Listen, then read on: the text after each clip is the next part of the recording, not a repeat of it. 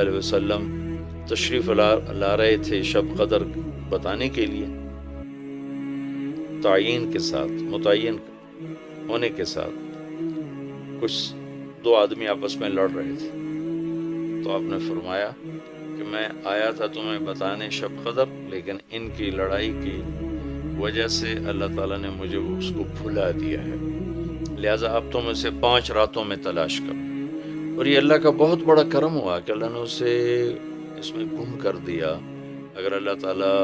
اس کو متعین کر کے بتا دیتے، اور آگے آنے والے زمانوں میں تو پتہ ہے کہ شب قدر میں بھی لوگ شراب بھی پئیں گے، زنا بھی کریں گے، تو پھر ایسی اللہ کی پکڑ آتی کہ شاید ہم بندر اور خنزیر بنا دیے جاتے۔ تو اللہ تعالیٰ جیسے وہ دسترخوان اترا، عیسیٰ علیہ السلام کی قوم نے کہا دسترخوان اتارو ایمان لے، انزل علینا مائدۃ من السماء،